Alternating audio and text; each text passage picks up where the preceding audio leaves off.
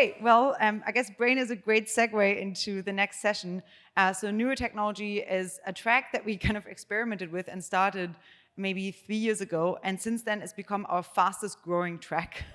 It's become our fastest growing track in terms of like interest in the track, fantastic research out there, and in terms of funding that we're hopefully going to raise, and that's the responsibility of Neve over here to really help many of the projects along. So we have a fellowship in Neurotech, we have a whole brain emulation AI workshop, an annual one that's been growing over the years. We are going to launch neuro grants, specific ones, and Neve here over here is currently raising for an endowment there. I think we have 6-point-some million and a goal of 20 million committed. So if you like what you see in these slides and you want to help us get more research done and hopefully more product development done, please do talk to Neve over here. And finally, we have a lo-fi emulation prize of $1 million that's going to launch early next year.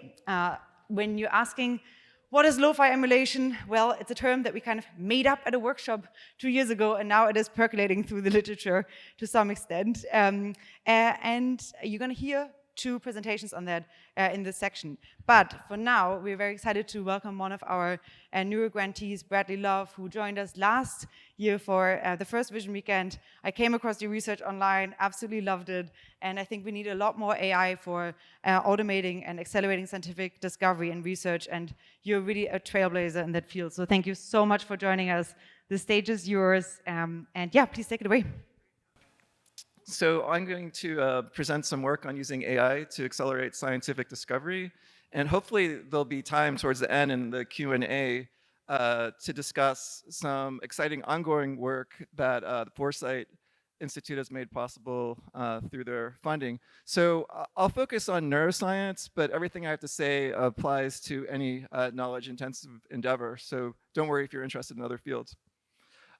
So the issue is the scientific literature is growing exponentially fast and that human scientists really can't keep up. And this has implications for progress in science because potentially disruptive findings are just being lost in this flood. So one solution is to use AI, and this is the inspiration behind this BrainGPT project. I mean, imagine, why can't we just train a generative model on the entire scientific literature? In the future, we could train on even raw data. And this would allow scientists to do all they do now and more, but better. So, they could assess how trustworthy different findings are. Will they replicate? It could use systems like this to help guide the design of their studies to make them more efficient and more likely to yield useful results. But of course, we have to first assess whether these models really do have an understanding of the underlying patterns in the literature. So that's what I'm going to focus on today. And to do that, we need a benchmark. So most benchmarks in machine learning are backward looking in that they, so most applications of large language models involve looking at summarization or factual retrieval. And this is fine, but we really want for these scientific applications to be about forecasting prediction, about what will happen if you do something. So we need this forward-looking predictive benchmark. I try to illustrate it with this table tennis game here, where these 2 players, and you're trying to pick which one will win. So yes, you do retrieve information about the players, you retrieve context about what's going on in the game, but it's really fundamentally about forecasting, predicting what's going to happen based on some general patterns. So there's no issues of hallucination here, people refer to with these large language models, because it's really just about what's the most likely outcome given what you know. Okay. So we developed this benchmark called BrainBench. That's this forward-looking benchmark to assess how well large language models capture the fundamental patterns in neuroscience. And BrainBench consisted of these abstracts from the Journal of Neuroscience, these scientific abstracts that were from before the training cutoffs of the models after the training cutoffs of the models we evaluated. Let me just read you a brief snippet of one abstract. So executive functions and emotions recognition centered on the ventral and medial parts of prefrontal cortex. So that's one version. And so what we did is we created alternative versions of the results. So they're still coherent in terms of text, but the fundamental finding was altered. So here's another version of this abstract. Executive functions and emotions recognition centered on the dorsal and lateral parts of prefrontal cortex. So you could guess the answer. To help you, it's in green. The correct answer of what was observed in the study was ventral and medial, but there's nothing wrong with dorsal and lateral. It's just not what was observed in the experiment. So in this benchmark, we asked the AI models and human experts like neuroscience professors to choose which version was the correct one, the one observed in the study, to see if these models and people could pick up on these subtle patterns of results that they haven't seen before. Okay, so we have 200 human-created cases that I'll focus on. And I should say how this worked is, again, an abstract has basically a background at first, then a method, and then there's the results. So we created two versions of each abstract, one with the actual results and one with these altered results. And we asked people, neuroscientists, to choose which one they thought was the original result, and they indicated their confidence in their choice and their expertise in that area of neuroscience. The large language models did the same thing. They chose which version of the results they thought was the correct version of the results for that study. They did that by calculating the perplexity of each passage. So perplexity is how surprising text is to a large language model.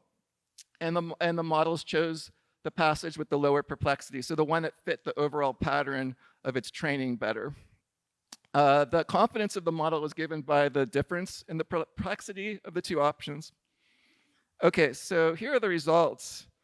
The human experts here are shown by this dashed blue line at 63%, and all the models we looked at absolutely crushed the humans at this task. They were better at forecasting the result than our human experts. And importantly, the confidence of the models, along with the humans, was calibrated. So we have the humans in the top left here, and the horizontal axis, it's showing their rated confidence. On the vertical axis, it's showing their accuracy. So the more confident people were in their choice, the more accurate they were. And you can see this is true of the models as well that we looked at. And this is important for trusting them, but for also developing future applications in which we want to look at distributions of results and attach probabilities to them. We need this calibration. It's also very important for human-machine teaming so that you could combine results from people and models. Okay, so this is all great, but for this really to be a forward-looking benchmark, it has to be the case that the test items in the benchmark weren't part of the training set. You know, they weren't memorized in some way. And so we did all the standard checks of that and found no evidence of memorization. We also trained a model from scratch that was smaller, given our resources, a less than billion parameter model on the far right there, on 20 years of the neuroscience literature. But it's just showing here there's no possibility of leakage because we completely control the training set, unlike, you know, a model from Meta or something where you have the weights, but you don't really have the training data for the model. Here we had complete control, and we could get superhuman results even with only a 774 million parameter model trained on only 1 billion plus tokens. Of course, you can take a pre-trained foundational model like the Mistral model, and you could make it better yet by taking that same training data and specializing it. So this is just showing that these models are probably already pretty close to ceiling, but you could get the further boost out of them. So if there's neglected fields, you have possibility of fine-tuning models. You could call these models, you know, brain GPT. Okay, looking ahead to the future, so everything I said here is not specific to neuroscience, really applies to anywhere, but looking further ahead, now that we have this sort of proof of concept, we want to develop methods to, again, evaluate the trustworthiness of scientific findings, but also to help automate science and, you know, basically start out, can we basically guide scientists in the design of their experiments? Okay, and so to summarize, people are overloaded with information. Here we draw on the strength of LLMs and avoid their weaknesses. LLMs surpass human experts in forecasting. I didn't have time to get into it, but we could successfully team LLMs and people to have better results in either one. And just a final thought is that, why does this work? So I think it works because most of science is redundant, and that's what these models are picking up on. And so we should use these models to push towards more innovation instead of doing the same thing again and again. So I'll just acknowledge the authors. There's a paper that just came out last week in Nature Human Behavior, and thank you. Thank you. Questions, comments? Okay, well, we get to you, Michael. You casually referred to the GPT-2-sized neuroscientist as superhuman with 774 billion parameters, and that's an important and interesting result. And we've also had statistical results like this with much, much older AI technologies, with very simple linear models outperforming human experts. But in some sense, we're not actually comparing the model to the best human performance here, right? We're comparing it to a pool of experts, and like, it does seem kind of more natural to assume that if we see these results, that most of the experts are just engaged in GPT-2 level babble, rather than that the experts are performing at a human level, like the level where you could create zero shot a new scientific experiment on a new, within a new research program.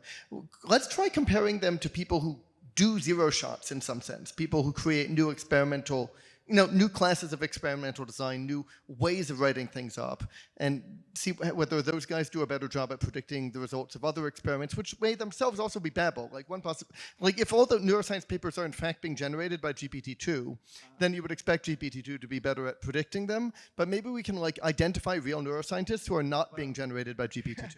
No, these are real neuroscientists like some fairly impressive people volunteered to participate in the study. We got the expert ratings from the people, if you remember from that slider, and it goes up from 63% to 66% accuracy. So when someone rates themselves as an expert in that particular question, they don't do that much better. And I think the reason is there's a misunderstanding of what human expertise is. It's really not, human experts necessarily aren't the best at prediction. We have many other aspects, things that experts could do. But in terms of forecasting these systems, I think they're clearly better. And so we could put these tools in the hands of actual experts and make them more productive, actually help guide them towards designing the best studies. So I don't see this as really replacing people. It's just that this is something that people aren't really good at. We're all siloed in our own literatures, our own understandings. We can't integrate across 10,000 findings. And then these models are good at distilling underlying patterns in a noisy and unreliable literature. Thank you so much. Yeah, thank you.